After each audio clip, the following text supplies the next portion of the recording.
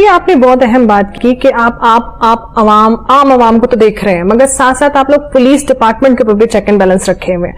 یہ بہت مشکل ٹاسک نہیں ہے، کیونکہ پاکستان میں اکثر میرے خیال سے ہر دوسرے تیسرا جو کیس ہوتا ہے نا، وہ پولیس کی ہی نااہلی کی وجہ سے یا کوئی بہت سارے معاملات آپ کے سامنے تو آتے ہی رہتے ہوں گے. دیکھیں بات یہ ہے کہ کسی ڈپارٹمنٹ کا بھی کولیکٹیولی آپ کسی کو اہل یا نااہل نہیں کہہ سکتے. ہر جگہ پہ اچھے لوگ بھی ہیں، بہت سے لوگ ایسے ہیں جن کی شاید کیپیسٹی نہ ہو. تو میں نے جو ڈپارٹمنٹس کے اندر کام کرتے ہوئے دیکھا ہے، کیپیسٹی بلڈنگ کی ضرورت ہے. اب آپ دیکھیں کہ پولیس کے اندر جتنے سب انسپیکٹرز آ رہے ہیں، ادروائز کے جو ASIs آ رہے ہیں، اسسٹنٹ سب انسپیکٹرز، وہ PCS کا کمپیٹیٹو ایگزام کلیئر کر کے. تو آپ یہ نہیں کہہ سکتے کہ وہ نااہل تھے، کیونکہ کمپیٹیٹو ایگزام کوئی بھی نااہل آدمی کبھی بھی پاس نہیں کر سکتا. اب ایشو یہ ہے کہ اگر for the sake of argument کہ مجھے آپ یہ کہیں کہ 10 کلو وزن اٹھا لیں، میری کیپیسٹی 2 کلو کی ہو تو میں 10 کلو نہیں اٹھا سکتا. آپ کو کیپیسٹی میری انہانس کرنی پڑے گی، یا آپ کم از کم یہ کریں کہ 2 لوگ لے لیں جو 5-5 کلو اٹھا لیں.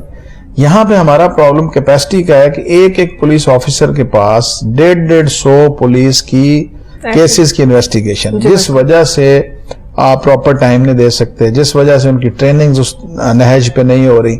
اب آپ کے سامنے یہاں پہ PSL ہو رہا ہے، تو انویسٹیگیٹنگ برانچ کا کیا تعلق ہے؟ لیکن سیکیورٹی کنسرن ہے، ملک کے معاملات ہیں، آپ کو اس ڈیوٹی پہ بھی لگانا پڑ رہا ہے. VIP موومنٹ کے ساتھ بھی پولیس کو چلنا پڑ رہا ہے، انگیج ہے. اور میں سمجھتا ہوں کہ دے آر اوور بکڈ. تو یہ ایک بہت بڑا ایشو تھا. لیکن ایک میں نے جو ایز اے PG جب میں نے آ کے چارج سنبھالا 11 دسمبر 2023 کو، تو میں نے سب سے پہلے، کیونکہ میں کرمنالوجسٹ ہوں، تو I have to dig out the causations for failure of prosecution. تو اس میں ایک بہت بڑا جو میں نے نکالا وجہ وہ یہ تھی کہ پولیس اور پروسیکیوشن کوارڈینیشن کی کمی تھی. پولیس کے پاس چلان آتا تھا 6 مہینے تیار کر کے لائے، وہ اس ٹائم گزر گیا، آبجیکشن لگے بھی تو کلیریفائی نہ ہو سکے. تو ہم نے ایک MOU سائن کیا with IGP.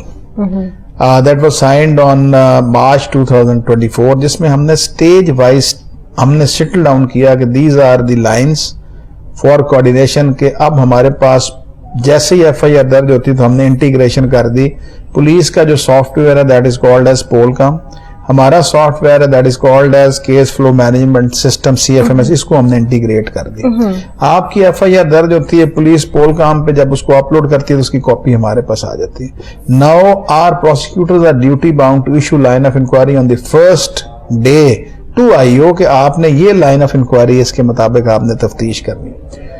سیکشنز غلط لگے ہیں، سیکشن صحیح لگانے ہیں. کچھ ایسے ہمارے پاس پیرامیٹرز ہیں، جیسے اگر آپ نے CCTV فوٹیج کلیکٹ کی ہے تو ایپیکس سپریم کورٹ کہتی ہے کہ آپ نے اشتیاق مرزا کیس کے تناظر میں اس کو PFSA سے ویریفائی کرانا ہے، اس کی جینونس کو.